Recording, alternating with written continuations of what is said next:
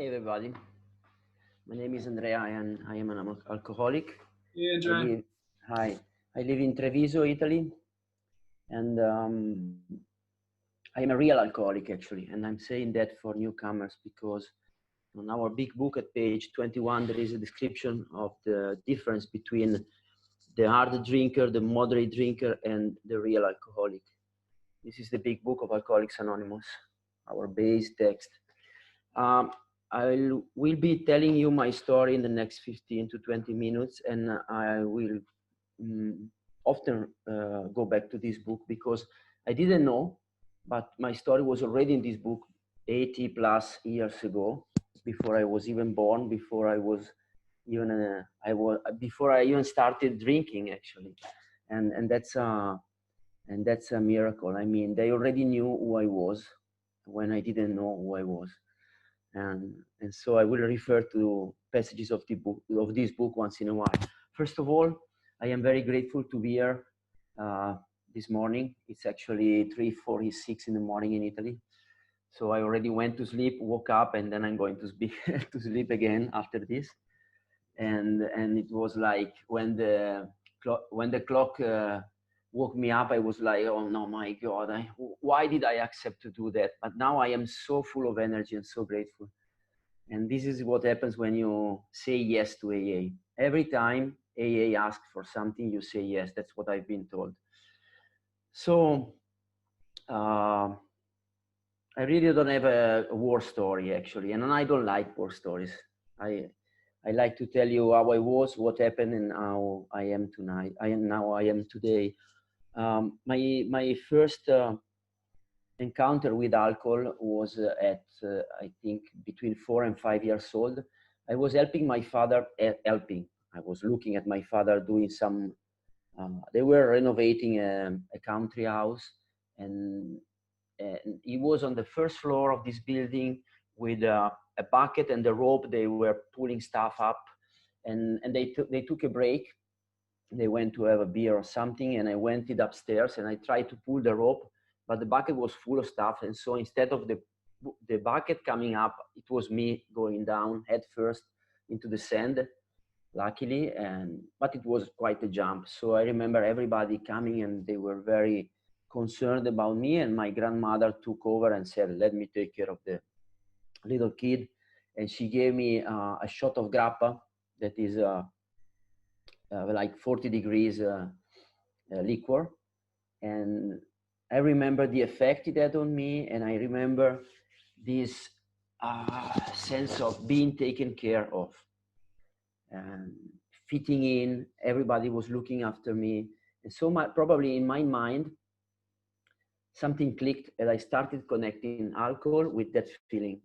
And I didn't become a daily drinker at 5, actually. I didn't drink for another 10 years, I think. And then I started drinking the way other teenagers drank, I thought.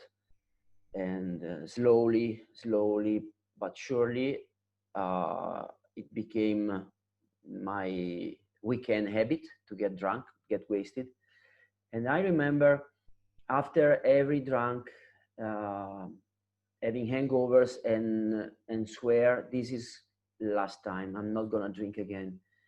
And that lasted usually until Thursday. And then Thursday, I started to think about Friday night, and then it was all the same story. And this went on for a few years until my drinking buddies, my friends, went on with their lives. They went to university, they took a degree, they began starting families and stuff like that. And they quit or moderated because they were not real alcoholic. And there is a description of them at page 20 or 21.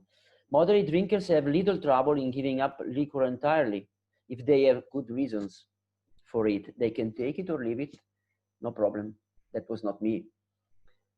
I was already a real alcoholic, and my 20s and 30s, I drank, and I've been told in AA that our illness is progressive, and I can recognize now the progression, the very slow progression of my illness during those 20 years. And I had I had to drink. I had to drink to do everything. Actually, I had to drink to talk with people. I had to drink to work. I remember deciding to stop working for other people and starting my own company because I had I wanted to prove to the world that I was somebody, as Bill Wilson says in his story at the beginning of the book. And I remember very clearly that day when I decided I'm going to start my own company. And I started writing down my ideas for my business, and drinking beers and writing and drinking. And the more I drank, the more my idea looked wonderful. And I ran a company, and it was, let me read you something about how I felt. There is a story in the back of the book at page 556, and the title of the story is "To End on Sobriety." And it says, above all, I was suffering inner pain because my performance and my accomplishments in life failed to live up to my own expectation of myself. I had to anesthetize that pain with alcohol. Of course, the more I drank, the more unrealistic my expectation became, and the poorer my performances. And the gap widened. So the need to drink grew still greater.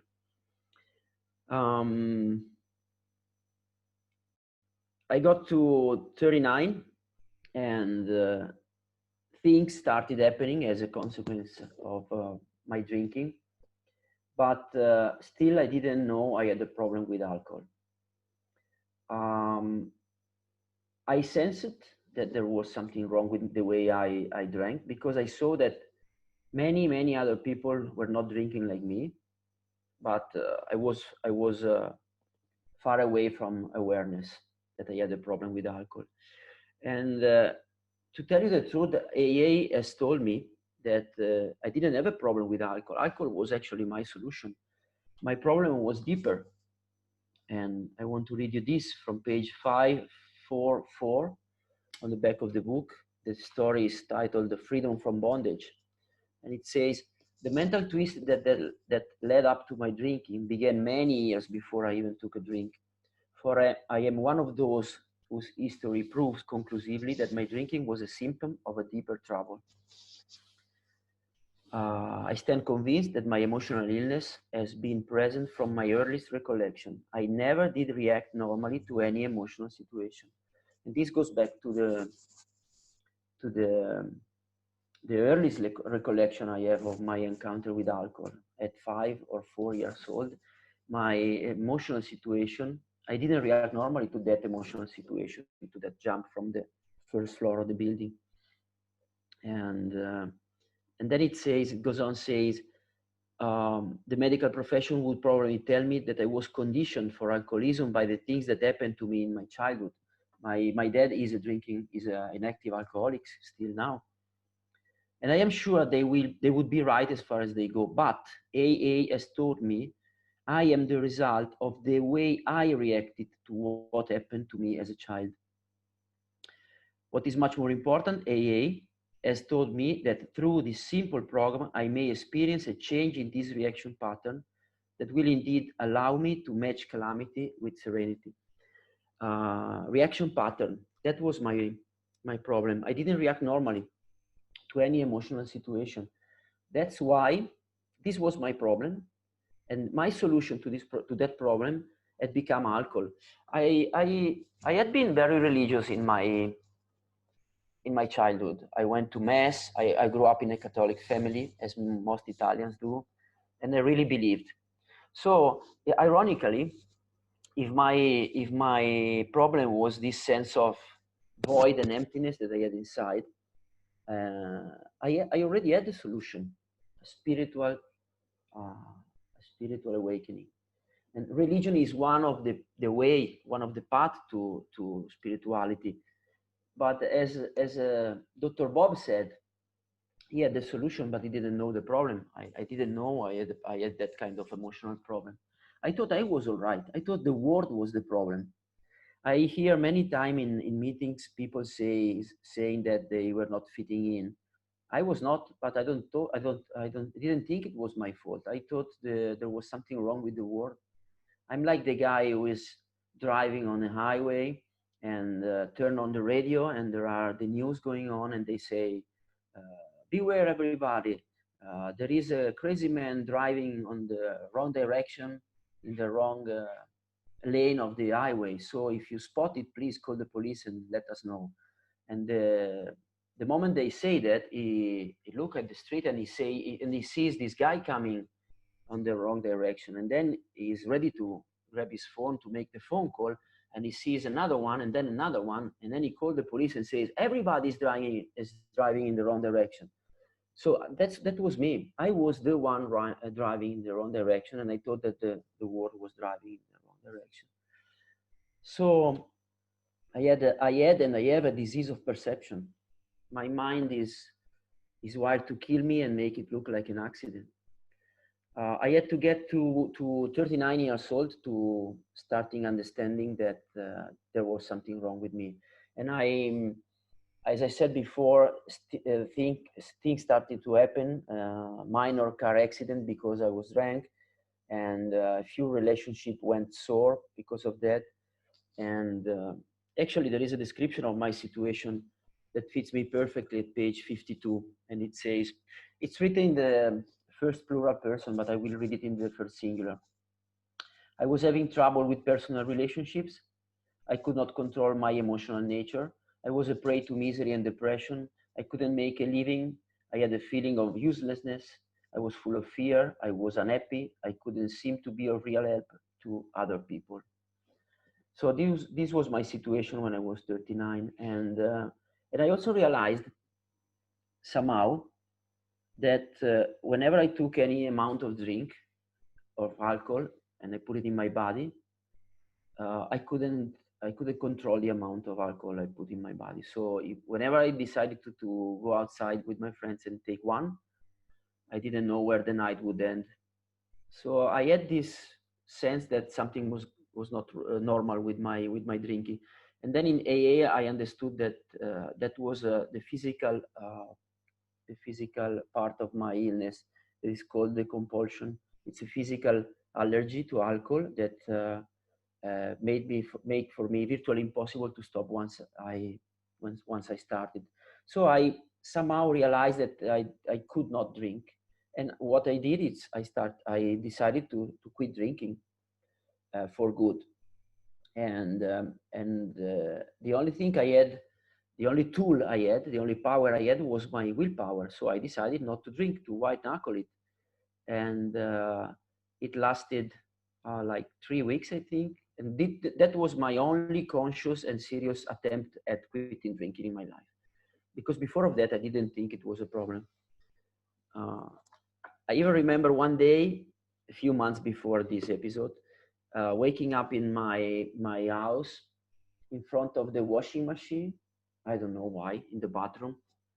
I woke up in front of the washing machine. I was completely naked, but for a pair of boots and a cowboy hat, and there was music playing, and it was that song from the 90s by Bon Jovi called "Dead or Alive," and I remember thinking, and I said, "Oh my God, what did happen yesterday night? I didn't remember. I remember drinking a lot, but I didn't remember what happened. But it was like I felt very good to be alive, and this song was very powerful. And I said, Andrea, alcohol is a poison. Everybody says that. But you feel so good when you drink alcohol. Maybe you are the only person on earth for whom alcohol is not a poison, but it's like a kind of medicine. And that was the way that is the way my mind worked. Left to my own devices and without guidance from you guys and from my sponsor, from this book, that's the way I roll. So anyway, where was I? Yeah, I decided not to drink, and there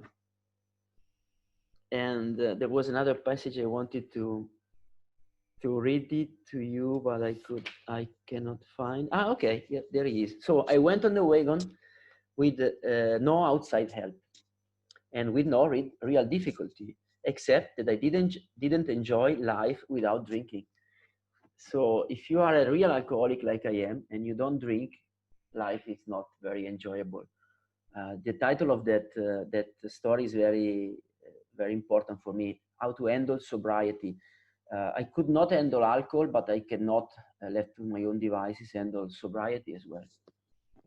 Because my problem starts in my mind when I am sober, not when I'm drunk. When I'm drunk, I have this physical allergy that condemns me to drink. But when I'm sober, I have another problem, and that's the problem that I'm going to tell you about now. I stayed dry for 3 weeks, and then somebody offered me a glass of wine, and they told me, "Oh, well, we know you quit drinking, but you have to try it." Thank you, Timothy. You have to try this wine because you're not going to have another chance to have it. And I smile because I think of Bill, who says in the story that somebody offered him something called the Jersey Lightning, and he said to himself, "I will never have a chance to have it again." So he drank it, even if he knew he could not drink. And I did exactly the same. I didn't get drunk that night, but in a few days I was drunk, and I don't remember actually taking a sober breath for another 2 months. And that was the day when I decided that I needed help, because I had realized that I couldn't stay quit without help. And luckily, my brother was already in AA. He had been in recovery for a few years, so I already knew about AA, and I decided to give it a try. I went online and I called AA and I started joining meeting, and the obsession for alcohol was removed quite instantly from the first meeting. I had this impression. So I didn't felt the need to take alcohol anymore from that first night, but my life didn't change. Apart from the first few months with the pink cloud, then I went back feeling miserable, and I started wondering, is that it? Is this life? And I didn't like it because I was not drinking and life sucked, and I didn't like that. And I was not afraid to drink, but I still didn't like that kind of life. And so that's when I approached the program, and I realized that I needed someone to work these steps, because otherwise, left to my own devices again, this is only a book. And when I read a book, I can rewrite it in my mind many times. This book, you cannot rewrite it. You have to do exactly how it's written. And it's written in a way that without somebody who has already taken that, walked that path, it's impossible to do it yourself. At least this is my experience. I just want to tell you one episode about my relationship with my higher power. Uh, my second sponsor was a guy from Texas, from the group Primary Purpose of Dallas. So very hardcore, big book thumper. And after working with him for 1 year, he told me, "Andrea, we got to my ninth step, and we had to work on my amends." And he said, "Andrea, we cannot go on like this because we only met 1 hour per week." And he said, "You need FaceTime with the sponsor.